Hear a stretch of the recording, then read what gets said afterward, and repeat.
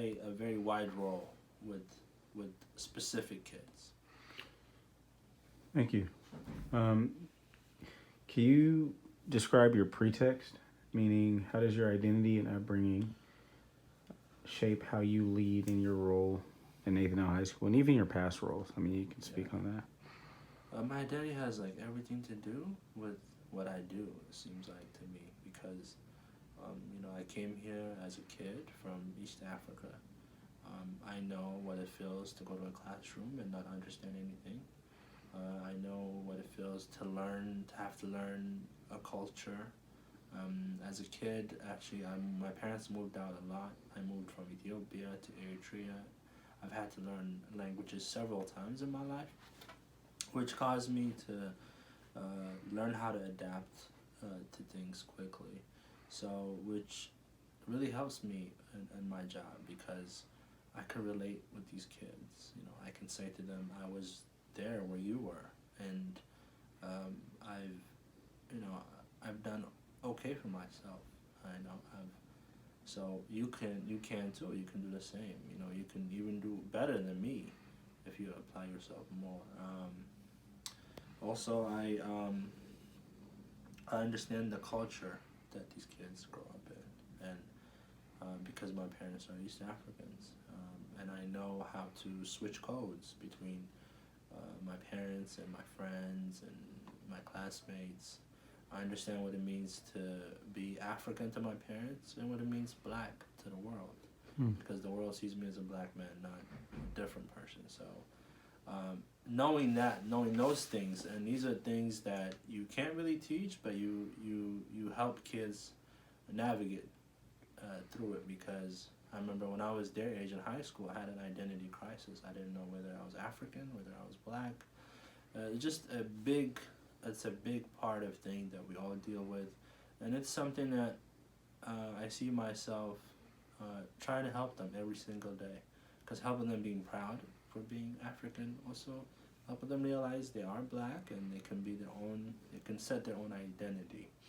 So I feel like who I am has everything to do with what I do. That's amazing. Um, so we had a problem of practice and a cycle of inquiry that you were a part of.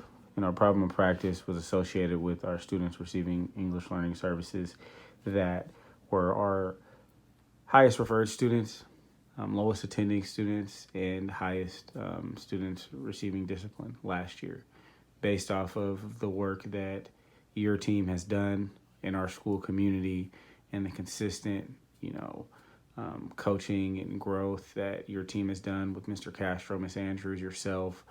That now is the lowest referred student population. Grades have grown. I mean, all the students, from my understanding, are on track to graduate on time, and the attendance is extremely high. Can you mention some things that you've done to address that type of problem of practice that we had in our school community? I mean, drug usage, gang involvement, all the fights in our school. I mean, just to be specific, and where you have participated in helping, even outside. Um, I've I've learned that in the beginning I have to develop a strong relationship with parents, and I was in elementary school and it was quite different. But in there I had a strong relationship with parents, and what turned out to be interesting is some of those parents that I had a strong relationship with, they had kids here, so that helped a lot. And once I had the trust of their parents, and the kids knew that I care about them, even kids that aren't where I want them to be, know that I care about them. So developing that strong relationship with them. It took some time. It wasn't easy. It was difficult because they didn't know who I was. They didn't know and my methods and how I care so much, but I'm on them. For some of them, it was difficult to handle. But now I just have such an amazing relationship with these kids. I usually have a lot, like once a week I would have talks about with certain kids about how much I care about them, how much I want them to succeed, and just share with them, just sit down for 15 to 20 minutes, and